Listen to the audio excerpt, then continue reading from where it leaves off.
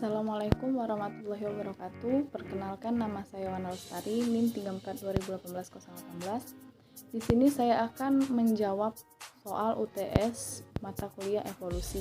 Yang pertanyaannya terdapat 4 soal. Baiklah, soal yang pertama yaitu berikan contoh bukti evolusi. 1. Anatomi perbandingan. 2. Embriologi perbandingan. 3. Biologi molekuler pada masa lalu dan masa sekarang. Nah, anatomi perbandingan ini merupakan pewarisan dengan modifikasi sangat jelas terlihat pada kemiripan anatomi antar spesies yang dikelompokkan ke dalam kategori taksonomi yang sama. Contohnya yaitu elemen kerangka yang sama menyusun tungkai depan manusia, kadal, kucing, paus, kelelawar, katak, dan burung, meskipun tungkai tersebut memiliki fungsi yang sangat berbeda. Organisme yang memiliki hubungan kekerabatan yang dekat akan mengalami tahapan yang sama dalam perkembangan embrionya. Sebagai contoh yaitu semua embrio vertebrata akan mengalami suatu tahapan di mana mereka memiliki kantung insang dan rongga tulang belakang.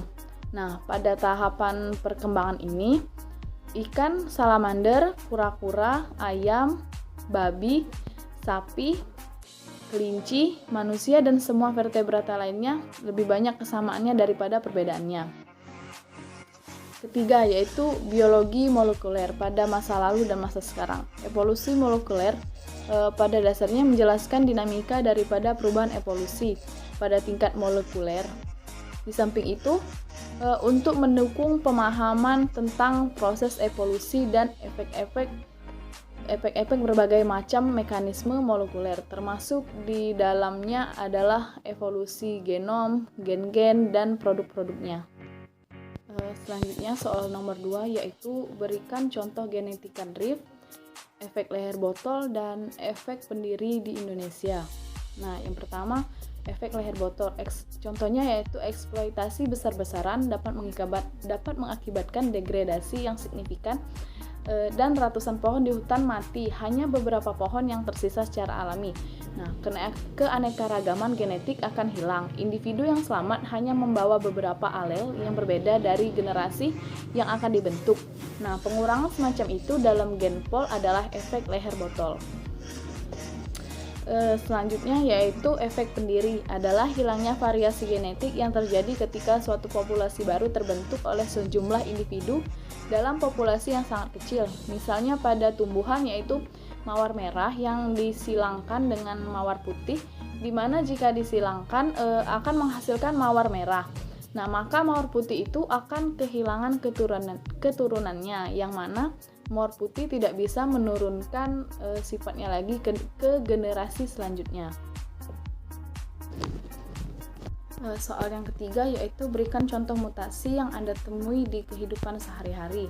Nah, contohnya yaitu bunga yang memiliki 2 warna sekaligus, padahal secara normal bunga tersebut hanya terdiri dari 1 warna. Nah, contoh lain dari mutasi ialah yang digunakan oleh manusia secara sengaja untuk mendapatkan keuntungan yang diinginkannya, yaitu misalnya buah-buahan tanpa biji seperti semangka tanpa biji, anggur tanpa biji, jeruk tanpa biji, dan lain-lain. Soal yang keempat atau yang terakhir yaitu apa yang kalian ketahui tentang isolasi reproduksi prezigot, pozigot, dan berikan contohnya juga yang kalian temui di kehidupan sehari-hari, bisa di manusia, hewan, atau tumbuhan. Isolasi prezigot mencegah terjadinya perkawinan individu. Isolasi ini dapat ditimbulkan sebagai akibat isolasi ekologi, isolasi perilaku, isolasi mekanik, dan isolasi temporal atau musim. Isolasi ekologi. Isolasi ini mengakibatkan 2 populasi yang terpisah oleh habitat yang berbeda tidak dapat melakukan perkawinan. Nah, pada daerah geografi yang sama, masing-masing mengembangkan perbedaan yang besar sehingga tidak dapat dikawinkan lagi. Contohnya yaitu katak pohon yang hidup di atas pohon dan kodok atau bufo yang biasa hidup di kolam atau air tanah. Nah, jika dipertemukan tidak akan terjadi perkawinan akibat isolasi ekologi yang telah berlangsung lama. Selanjutnya yaitu isolasi pozigot isolasi pas-zigot ini mencegah terjadinya perkembangan atau reproduksi individu hibrid yang telah dihasilkan. Nah, isolasi ini dapat terjadi melalui invibilitas hibrid atau kematian hibrid, sterilitas hibrid, dan penurunan kualitas hibrid. Di sini saya memberikan contoh dari penurunan kualitas hibrid. Nah, terkadang generasi pertama dari perkawinan antar spesies dapat menghasilkan hibrid sehat dan fertil. Nah, namun ketika sesama hibrid tersebut dikawinkan, sesamanya atau dengan populasi induknya, nah dihasilkan keturunan yang lemah atau steril. Contohnya pada perkawinan antar spesies kapas menghasilkan hibrid fertil. Nah, akan tetapi keturunan generasi selanjutnya akan mati karena tumbuhan menjadi tanaman yang lemah. Baiklah, sekian jawaban dari saya. Saya akhiri. Wassalamualaikum warahmatullahi wabarakatuh.